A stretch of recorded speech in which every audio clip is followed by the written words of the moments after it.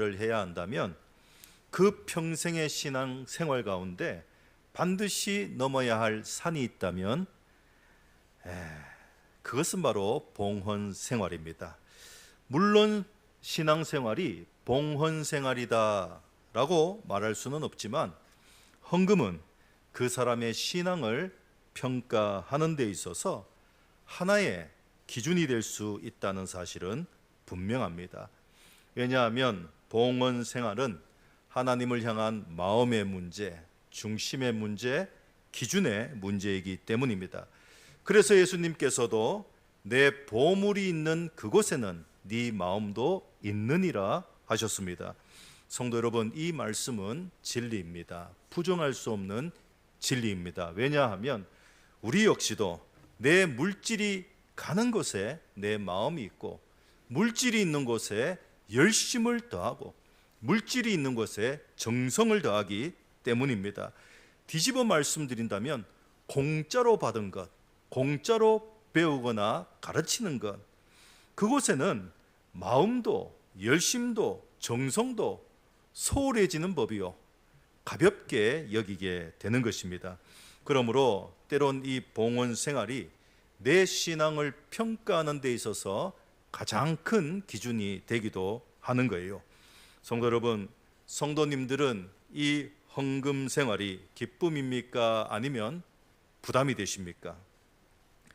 몇 해 전에 우리 어르신들이 식사하는 식사 자리에서 이런 말을 들었습니다. 우리 중에 누군가가 말하기를, 나는 11조를 많이 준비하고 교회에 갈 때면 그때만큼 즐겁고 그때만큼 행복한 때가 없더라 하는 거예요. 저는 그 말씀을 듣고 속으로 참 훌륭한 신앙인이다 라는 생각을 했고, 그 말씀 지금까지 기억하고 있습니다. 성도 여러분, 11조를 많이 드린다 하는 것은 하나님으로부터 많은 물질을 복을 받았다는 것입니다. 그러니 얼마나 기쁘겠습니까? 그런데 이 모든 것이 하나님이 베푸신 은혜인 줄 알고 하나님께 즐거이 기쁨으로 봉헌하니 하나님은 또 얼마나 기뻐하시겠습니까? 헌금은 그렇게 하는 것입니다. 그래서 오늘 말씀에도 인색함으로나 억지로 하지 말지니 하나님은 즐겨내는 자, 기쁨으로 드리는 자를 사랑하시느니라. 그러므로 즐거이 기쁨으로 내는 예물이야말로 하나님께서 기뻐하시고 하나님께서 흠령하시는 예물, 하나님께서 은혜와 축복을 베푸시는 예물인 것입니다. 그러나 오늘날 이 헌금 드리는 일에 있어서 여전히 부담으로 여기는 분들이 없지 않아 있습니다. 성도 여러분, 우리가 평생의 신앙 생활을 하면서 이 봉헌 생활을 힘써야 할 터인데, 이 헌금 생활이 늘 부담으로 다가온다면 그것만큼 힘들고 그것만큼 고통스러운 일이 어디 있겠습니까? 그러나 우리가 봉헌할 이유를 분명히 알게 된다면 이 헌금 드리는 일이 정말 귀하구나, 성도의 특권이구나, 축복의 통로이구나 하는 생각을 하게 될 것입니다. 그래서 드릴 때마다 기쁨이 충만하고 드릴 때마다 은혜에 대한 감사가 충만해서 드림으로 말미암아 마음의 소망이 넘치고 드림으로 말미암아 마음의 평강을 찾을 수가 있을 것입니다. 성도 여러분, 성경에 보면 봉헌 생활로 복을 받은 사람이 있고 또 봉헌 생활에 실패한 사람이 있습니다. 그래서 저주를 받은 사람, 심지어는 그 자리에서 죽기까지 당한 그러한 사람들도 있습니다. 그럼 이 복을 받은 사람이 누구입니까? 아벨입니다. 사르밧 과부입니다. 백부장 고넬료요, 초대교회 드립니다. 그럼 반대로 저주를 받은 사람이 누구입니까? 바로 아벨의 형 가인입니다. 돈깨를 맡은 도적 가룟 유다요, 아나니아와 삽비라 부부입니다. 그래서 바울은 이 빌립보서 4장에서 이 헌금을 구약의 제사의식에 비유해서 하나님께 바치는 제물, 하나님께 드리는 향기로운 제물로서 중요하게 이 헌금의 문제를 다루고 있는 것입니다. 아울러 성경에는 이 봉헌과 드림의 삶에 대한 축복의 말씀, 하나님께서 약속하신 축복의 말씀들이 무수히 많이 기록되어 있습니다. 예를 들어서 우리 한번 스크린 보시기 바랍니다. 말라기 3장 10절의 말씀 함께 봉독해 보십시다. 만군의 시작, 만군의 여호와가 이르노라. 너희의 온전한 11조를 창고에 들여 나의 집에 양식이 있게 하고 그곳으로 나를 시험하여 내가 하늘 문을 열고 너희에게 복을 쌓을 곳이 없도록 붙지 아니하나 보라. 우리 아멘. 잠언서 3장 9절에서 10절 다시 한번 봉독하겠습니다. 시작. 내 재물과 내 소산물의 처음 익은 열매로 여호와를 공경하라. 그리하면 내 창고가 가득히 차고 내 포도즙 틀에 새 포도즙이 넘치리라. 그리고 오늘 본문에는 자, 한 번 더 스크린 보시고 봉독해 보십시다. 시작. 이것이 곧 적게 심는 자는 적게 거두고 많이 심는 자는 많이 거둔다 하는 말이로다. 각각 그 마음에 정한 대로 할 것이요 인색함으로나 억지로 하지 말지니 하나님은 즐겨내는 자를 사랑하시느니라. 하나님이 능히 모든 은혜를 너희에게 넘치게 하시나니 이는 너희로 모든 일에 항상 모든 것이 넉넉하여 모든 착한 일을 넘치게 하려 하심이라. 아멘. 또 같은 이 평행 본문인 우리 빌립보서 4장의 말씀 한 번 더 봉독해 보십시다. 시작. 내가 선물을 구함이 아니요 오직 너희에게 유익하도록 풍성한 열매를 구함이라. 나의 하나님이 그리스도 예수 안에서 영광 가운데 그 풍성한 대로 너희 모든 쓸 것을 채우시리라. 아멘. 우리나라 단일 교회 중에서는 가장 큰 교회, 가장 많은 성도 수를 자랑하는 여의도 순복음교회의 고 조용기 목사님의 간증을 들은 일이 있습니다. 목사님이 전도사 시절에 천막교회에서 개척을 하시는데 처음으로 전도했던 여성이 있었다고 합니다. 이 여성은 여러 가지 질병을 앓고 있었습니다. 그리고 남편은 알코올 중독자로 허구한 날 술을 범하시고 집에 있었다고 합니다. 그러니 어떻게 했습니까? 집안이 돌아가겠습니까? 자녀들이 온전하겠습니까? 그래서 목사님께서 그 여성분의 집에 신방을 갔다고 합니다. 그리고 말하기를 좋은 소식을 가지고 왔습니다. 당신의 남편이 알코올 중독에서 해방될 수 있는 소식, 당신의 자녀들이 학교에서 공부를 하고 장차 훌륭한 사람이 될 수 있는 소식, 당신의 위장병과 심장병이 낫고 사람답게 살 수 있는 조그만 집이라도 마련해 줄 수 있는 그분을 소개시켜 주러 왔습니다 했다고 합니다. 그랬더니 그 여성분이 하시는 말씀이 그런 분이 어디 있어요? 이렇게 말하는 거예요. 그때 목사님께서 그런 분이 계십니다. 그분을 만나면 팔자가 달라집니다. 그랬다는 거예요. 그래서 그 길로 교회로 모시고 가는데 논두렁길을 걸어서 산비탈을 지나서 깨밭에 있는 천막교회, 그야말로 무너져가는 흐름한 천막교회에 도착을 했습니다.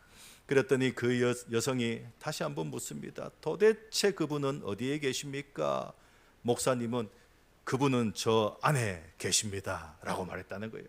그래서 이 여성분이 흐름한 천막을 걷어서 안을 보니까 바닥은 포대로 깔아놓고, 그리고 강대상은 흙을 도두어서 사과 상자 몇 개 놓은 그런 강대상이었다는 거예요.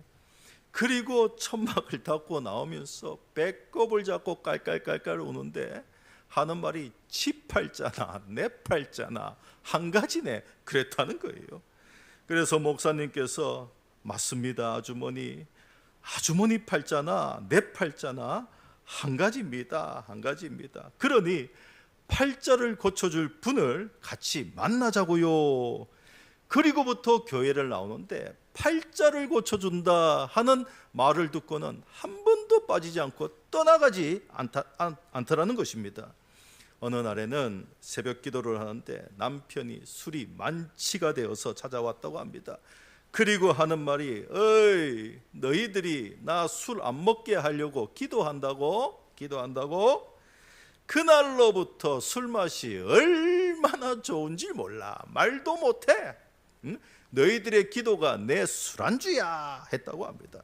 그리고 그때부터 교회에 나와서 앉아 있는데 온갖 소리며 온갖 잔소리며 또 목사님을 향해서 온갖 손가락질을 다 했다고 그랬다는 것입니다. 그러니 목사님께서 얼마나 낙심이 되셨겠습니까? 그렇지 않습니까? 남편이 알코올 중독에서 해방될 수 있는 소식을 가져왔다고 그래서 교회로 모시고 왔는데, 예? 그날로부터 술 맛이 더 좋다고 하니까 목사님 마음에 큰 낙심이 되었다는 거예요. 그리고 그렇게 기도하기를 석 달이 지났습니다. 어느 날 새벽에 목사님 사택에 그 집에 아이가 찾아왔는데 지난밤에 우리 아빠가 도끼를 들고 다 때려 죽인다고 얘기하며 온 집안을 박살내더니 지금은 혼수 상태가 되어서 죽는다고 지금 죽어가고 있어요. 에? 그런 소식을 전하는 거예요. 그래서 목사님이 아이와 함께 그 집에 달려갔습니다. 그래서 그 사람을 보고는 머리에 손을 얹고는 나사렛 예수 그리스도의 이름으로 명하노니 이 사람을 잡고 있는 원수 마귀 사탄아 나오너라 했다는 거예요. 그랬더니 꽥 소리 지르더니 안 나온다 이래서 안 나온다 이래. 그래서 목사님께서 왜 안 나오는데 했다고 해요. 하여튼 여차저차해서 나중에는 그분이 여의도 순복음교회 장로가 되었다는 것입니다. 그리고 그 일 이후에 에피소드가 하나 있는데 남편이 함경북도 도민을 위한 기념사업을 통해서 직장을 가지게 되었다는 거예요. 그리고 일을 해서 평생에 처음으로 월급 봉투라는 걸 가져왔고 쌀한가마니를 집으로 가져왔다는 것입니다. 그러니 얼마나 행복했겠습니까? 하나님이 너무너무 고맙고 남편이 너무너무 이쁘고 사랑스러웠다는 것입니다. 그런데 마음속에 우리 전도사님이 11조를 내야지 하나님이 복을 준다고 하더라. 만약에 11조를 안 내어서 하나님께서 이 복을 빼앗아가면 어떡하냐. 그래서 쌀가마니에 가서 11조를 뗐습니다. 그런데 생각해 보니까 너무너무 아까우니까 토로 갖다 부었다는 거예요. 토로 갖다 붓고는 주님이 10년 동안 쌀 한 톨 구경하지 못한 우리들이 이거만 먹는다고 복 안 주시겠냐. 그렇게 마음이 좁은 하나님이 아니시지 하면서 토로 갖다 붓고는 돌아오는데 또 마음에 걸리는 거예요. 아니지 안 되지 하나님이 어떻게 주신 복인데 안 되지 하면서 다시금 도로 갔다 오고는 하여튼 이렇게 하는 것을 초저녁부터 시작해서 새벽 기도 시간까지 뗐다가 부었다가 그렇게 했다는 것입니다. 성도 여러분, 이 부인의 마음속에 그 갈등이 어떠했겠습니까? 우리는 웃지만은 그 가난한 부인의 마음에 이 신앙의 갈등이라는 것은 말로 할 수 없을 정도로 얼마나 어렵고 힘든 갈등이었겠습니까? 그리고 새벽 종소리가 울립니다. 그래서 결국에는 11조를 다 떼어서는 부랴부랴 쌀을 담은 이 주머니를 들고 또 월급의 11조를 떼어서 교회를 달려가는데 그만 논두렁에 미끄러져서 자빠졌다는 거예요. 그래서 쌀도 다 쏟아버리고 돈도 다 흩어져 버리고 그 깜깜한데 이것저것 모아서 조영기 목사님, 이 전도사님께 이렇게 울면서 그렇게 바치는데 이건 뭐 쌀이 아니라 전부 다 흙이고 그리고 돈이 막 진흙에 빠져서 떡이 되었다고 그런 말을 합니다. 그때 목사님께서 자매님 11조는 하나님이 빼앗아가는 게 아닙니다. 11조는 내일에 더 많은 복을, 더 많은 축복을 위해서 심는 종자 씨앗입니다. 자매님 심어야 거두지 않아요. 심지 않는데 어떻게 거두어요? 자매님이 지금까지 가난한 것은 심지 않았기 때문에 거둘 것이 없었기 때문에 가난한 것입니다. 그러나 비록 논두렁에 11조를 다 쏟아 부었지만은 하나님께서 이것을 받으신 줄로 믿고 축복합니다. 그리고 그날부터 하나님께서 복을 주시는데 그 가정에 쌀독에 쌀이 하나도 떨어지지 않았고, 나중에는 한국 유엔 전도단을 통해서 집을 지어주는 그러한 일이 있었는데 조 목사님께서 친히 보증을 서주셔서 25평짜리 작은 집을 잘 지었다고 합니다. 그리고 자녀들이 다 공부를 잘했고 그 중에 세 분이 목사님이 되었다고 합니다. 그러면서 이초희 권사님께서 하시는 말씀이, 우리는 천당이 죽어서만 가는 줄 알았는데 지금 천당에 왔다. 우리 가족들이 다 예수 믿고 구원받고 병 고침받고 애들도 남편도 새 사람이 다 되었으니 이 얼마나 좋으랴, 이 얼마나 좋더냐, 그런 말씀을 하세요. 그래서 이 소문이 퍼지는데, 그래서 많은 사람들이 교회로 몰려들었고 또 교회가 부흥되는 그러한 계기가 되었다고 합니다. 성도 여러분, 우리가 왜 헌금을 부담으로 느낍니까? 헌금을 신앙이 아니라 지출로 보기 때문입니다. 성도 여러분, 성경에서 봉헌은 언제나 예배의 일부였습니다. 즉 구약의 예배에는 반드시 예물이 포함되었고, 신약에서는 자신의 몸까지 하나님이 기뻐하시는 거룩한 산제물로 바칠 것을 말씀하고 있습니다. 그러므로 봉헌을 지출로 생각하는 것 자체가 불신앙이요, 예배를 종교적인 행사로 전락시키는 행위입니다. 아울러 하나님께 봉헌을 드리면서도 자꾸 내 주머니가 빠진다 빈다고 생각하는 사람은 이 재물이 하나님이 주신 것이 아니라, 하나님이 맡기신 것이 아니라 내가 번 것, 내 소유라고 인식하기 때문입니다. 그러나 성경은 분명히 말씀하고 있어요. 땅과 거기에 충만한 것과 세계와 그 가운데 사는 자들은 다 여호와의 것이로다. 성도 여러분, 우리 모두는 청지기입니다. 우리는 빈손으로 왔고요, 빈손으로 가야 하는 존재입니다.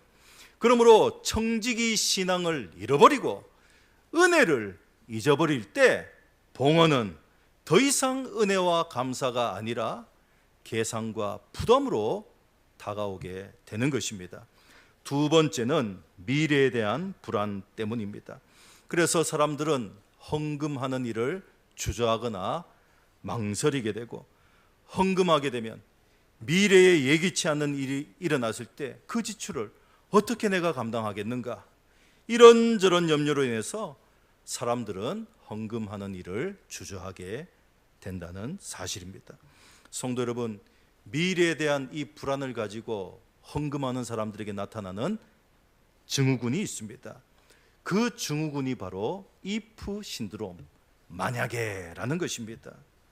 즉 사람들은 만약에 일어날지도 모를 일을 미리 생각하면서 미리 불안해한다는 것입니다.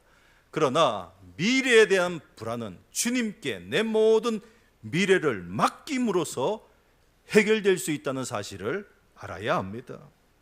아울러 인간의 만약이라는 생각은 끝이 없습니다.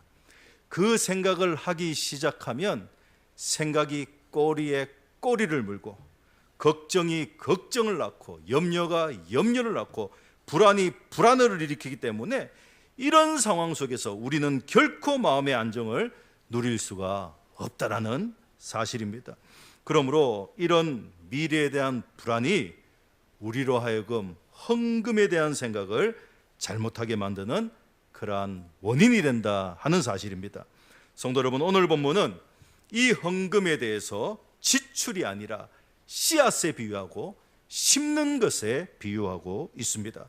그래서 6절의 말씀과 더불어 10절에 보시면 우리 함께 스크린 보시고 봉독해 보십시다. 시작.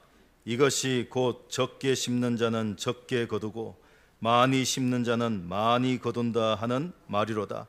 심는 자에게 씨와 먹을 양식을 주시는 이가 너희 심을 것을 주사 풍성하게 하시고 너희 의의 열매를 더하게 하시리니 아멘.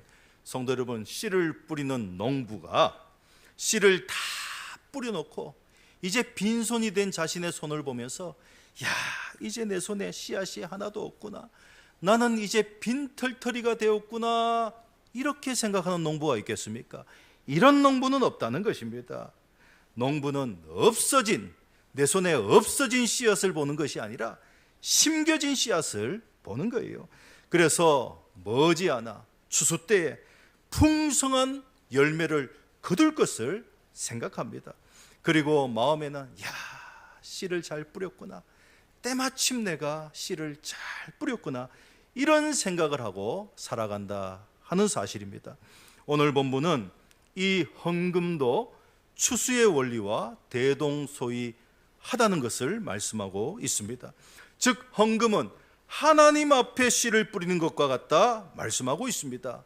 그러므로 하나님께 뿌리는 씨는 그 씨와 먹을 양식을 주시는 이가 풍성하게 하신다 하는 이 믿음으로 가정이 잘 되고 자녀들이 잘 되고 범사가 잘 되기 위해서는 예배를 심고 기도를 심고 물질을 심고 헌신을 심고 믿음의 말을 심고 하여튼 복의 근원이신 하나님 앞에 믿음으로 자꾸 심어야 한다 하는 말씀입니다.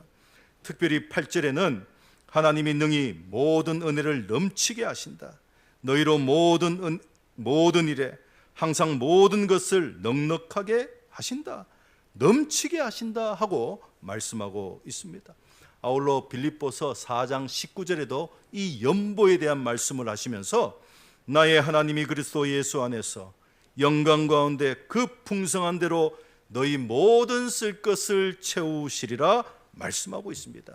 여기에 풍성한 대로라는 말씀은 하나님의 부요함에 따라 하나님의 큰 손으로 말미암아라는 말씀입니다. 아울러 너희 모든 쓸 것이라는 말은 부분적인 것이 아니라 육신적이면 육신적인 것, 영적인 것이든 어떠한 것이든 모든 필요에 따라서 풍성하게 주신다 하는 약속의 말씀입니다. 성도 여러분, 하나님은 풍성하신 하나님이십니다. 우리가 잘 아는 록펠러, 어느 날 한 기자가 록펠러에게 질문을 합니다. 당신은 어떻게 해서 그렇게 큰 부자가 되었습니까? 그때 록펠러의 대답이 무엇인 줄 아십니까? 나는 세상에서 가장 큰 부자이신 하나님을 만났기 때문입니다. 부자이신 하나님을 만났기 때문에 그런 부를 누리게 됐다 하는 말씀입니다. 성도 여러분, 우리 하나님은 부자이십니다. 우리 하나님은 세상 만물을 다스릴 뿐만 아니라 소유하고 계시는 분이십니다. 이런 풍성하신 하나님께서 자녀들이 당신께 구할 때 앉을 수 있을 이유가 어디에 있겠습니까? 그래서 성경은 모든 은혜, 모든 일에, 모든 것에, 모든 쓸 것이라고 말씀하고 있는 것입니다. 성도 여러분, 제가 신년 초부터 헌금에 대한 설교를 한다고 해서 성도님들은 달리 듣지 마시기 바랍니다. 오해하지 마시길 바랍니다. 봉헌 생활은 성도의 특권이요, 신앙의 고백이요, 예배요, 신앙 생활이자 축복의 통로입니다. 그러므로 반드시 풍성한 열매로 돌아오게 된다는 것을 기억하시고 헌금을 부담으로 여기지 말고 축복으로 여기고 특권으로 여기고 기쁨으로 즐거이 감당하시는 우리 성도님들 되시기를 축원합니다. 그래서 새해에는 이 봉헌 생활을 통해서 하나님의 사랑을 입고 오늘 성경에서 약속하신 복, 하늘의 신령한 복과 땅에 기름진 모든 복들을 받아 누리시는 우리 교회와 성도님들 되시기를 주님의 이름으로 간절히 축원합니다.